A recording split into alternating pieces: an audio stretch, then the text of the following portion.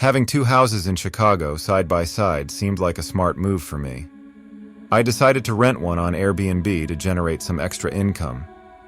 The daily chores of cleaning up after every guest and addressing their various needs did become a bit exhausting, but the allure of additional income made it all seem worthwhile. One day, a young couple booked the room for a 2-night stay. When they called me, they mentioned they were visiting for sightseeing. I thought to myself that this place is quite far from all the sightseeing locations, but I did not say anything, as it had nothing to do with me. However, upon their arrival, I was taken aback to discover that it wasn't a couple at all. Instead, it was a group of 5 men and 1 woman.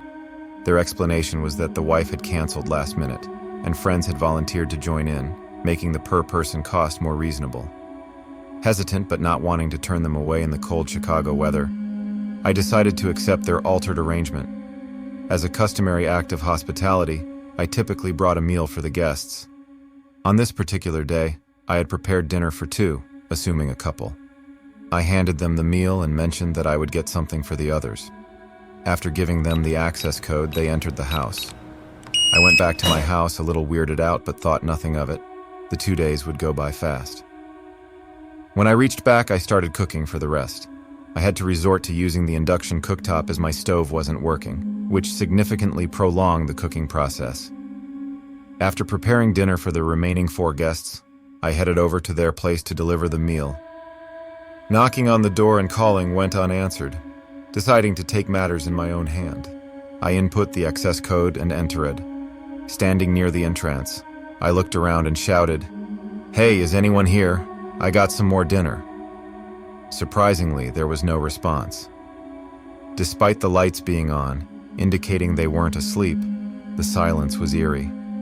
As I ventured further into the house, I noticed the packet of food I had provided them with earlier lying on the floor, and I got this vile and unpleasant smell. I walked along the hall to investigate. As I followed the putrid smell, I arrived at my basement door, which was usually left open. However, this time it was firmly closed, meaning they were mostly inside there. As I stood there, I could hear the whispers from behind the door, intertwining with the worsening stench. In a state of confusion, torn between being a good host and the realization that my life savings had gone into this house, I grappled with the decision of whether to investigate further. Feeling a mix of concern and hesitation, I decided to call a friend in the police force and explain the peculiar situation. Assuring me not to worry, he promised to send 2 officers for a welfare check. When the police arrived, they instructed me to stay outside while they conducted their check. After a few agonizing minutes, the officers emerged with the group of 6. The woman among them was covered in blood and had visible bruises. The police officers themselves looked visibly disturbed, as if they had witnessed something truly horrifying. When I inquired about the situation, they described a ritualistic scene within the house. The woman was found at the center, covered in blood, surrounded by deceased goats, and with satanic drawings adorning the walls. The complex emotions of being both host and homeowner added to the turmoil within me. The subsequent actions were to unravel a disturbing reality concealed within the confines of my once seemingly ordinary Airbnb. The next day, I desperately reached out to cleaning services. However, after witnessing the room's aftermath, they all refused the job, expressing a mix of fear and discomfort. Their hurried departures mirrored the unsettling nature of the situation, leaving me to grapple with the aftermath alone. Taking matters into my own hands, I cleaned the room by myself and subsequently decided to permanently lock the room. The Airbnb listing for that house was promptly taken down, and I resolved to no longer host guests there. As for the fate of those 6 people, I made a conscious choice not to delve into the details. Some mysteries are perhaps better left unsolved.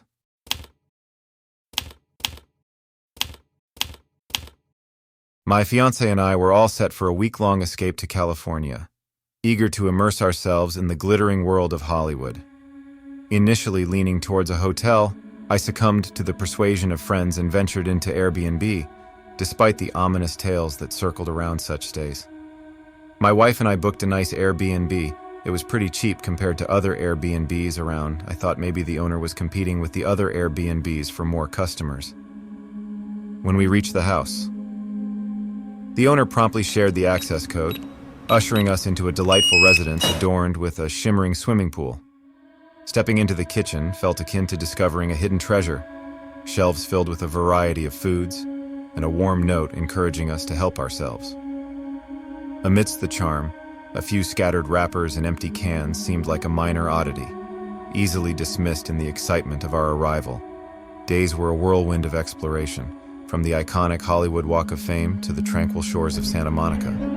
Evenings, however, introduced an unexpected ambiance. My wife's keen eye caught subtle changes. Items subtly shifted, and the number of wrappers multiplied. Downplaying these peculiar occurrences, I reassured her, intent on soaking in the vacation spirit.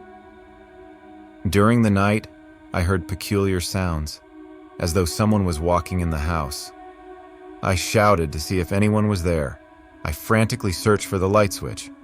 It took many agonizing moments before my fingers traced the familiar plastic plate, and I turned the light on. Yet, my relief was short-lived as I discovered a trail of mud. I followed the trail and noticed it suddenly disappeared. I looked around but found nothing. Then when I looked up, I saw an attic. Wondering if a raccoon or a critter had found its way in, I hesitated.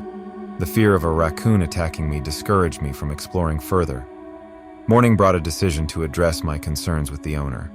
The owner's swift apology attributed the noises to the local wildlife, emphasizing his efforts to deter them. While a part of me remained doubtful, the allure of California's attractions drew us back into the vacation spirit. Another day of exploration awaited, from the bustling streets of Hollywood to the panoramic views of Griffith Observatory. Despite lingering doubt, we chose to prioritize the allure of our surroundings over peculiar occurrences in the Airbnb. Yet the nightly disturbances persisted, escalating our concern. This time, my wife, venturing for water, witnessed flashing lights.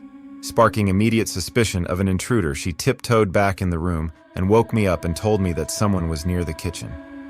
Panic set in and we dialed the police. The arrival of the police marked a tense moment. We explained the situation, and as the officers combed through the house, I suggested checking the attic. The revelation was nothing short of chilling. 3 men, dressed in tattered clothes, were discovered. It turned out they were part of the local homeless population, utilizing the attic as a makeshift refuge. The shock of unknowingly sharing our living space with strangers left us rattled. It dawned on us. The seemingly affordable Airbnb came with a hidden history of unwelcome guests. The dreamy California vacation morphed into a cautionary tale, underscoring the importance of thorough research into accommodations, even when presented with a seemingly fantastic deal. Needless to say, we left a scathing review and gave the lowest ratings possible. We reported the owners to the Air BNB customer service as well. We will never get an Airbnb ever again.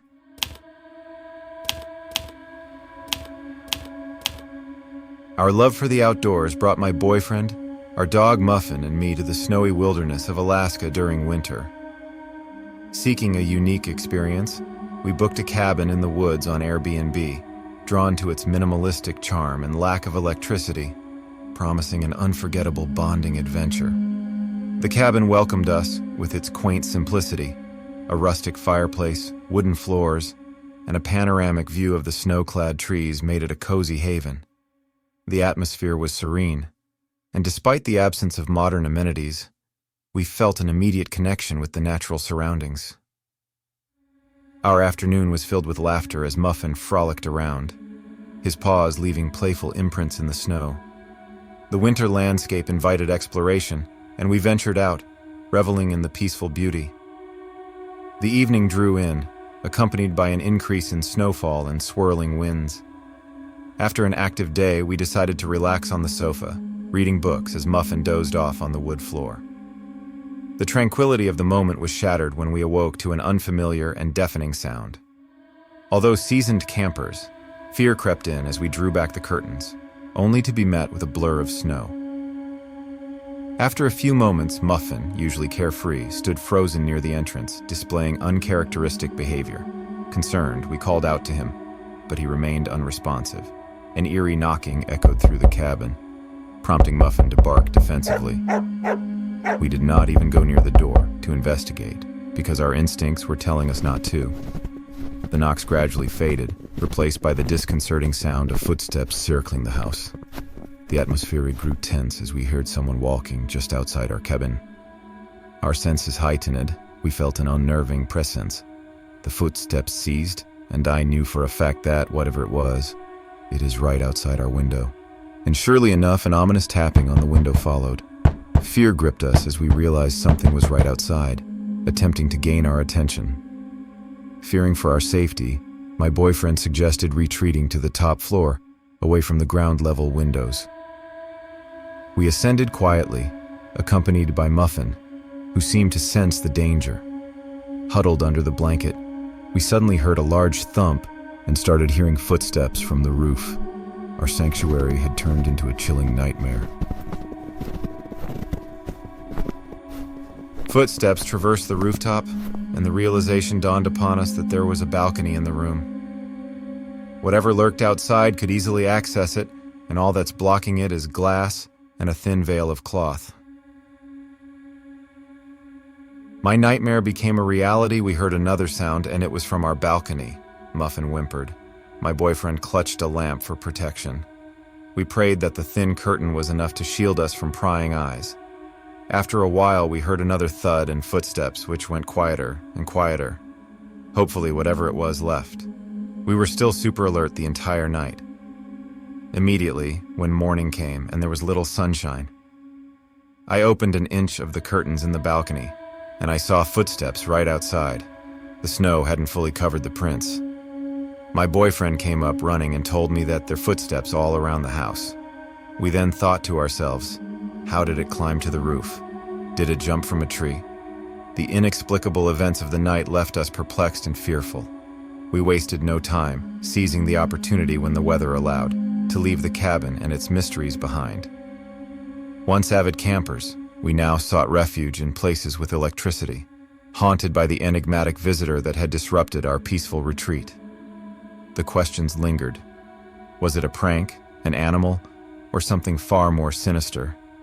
Grateful for our escape, we chose not to delve into the unknown, cherishing the safety of the familiar.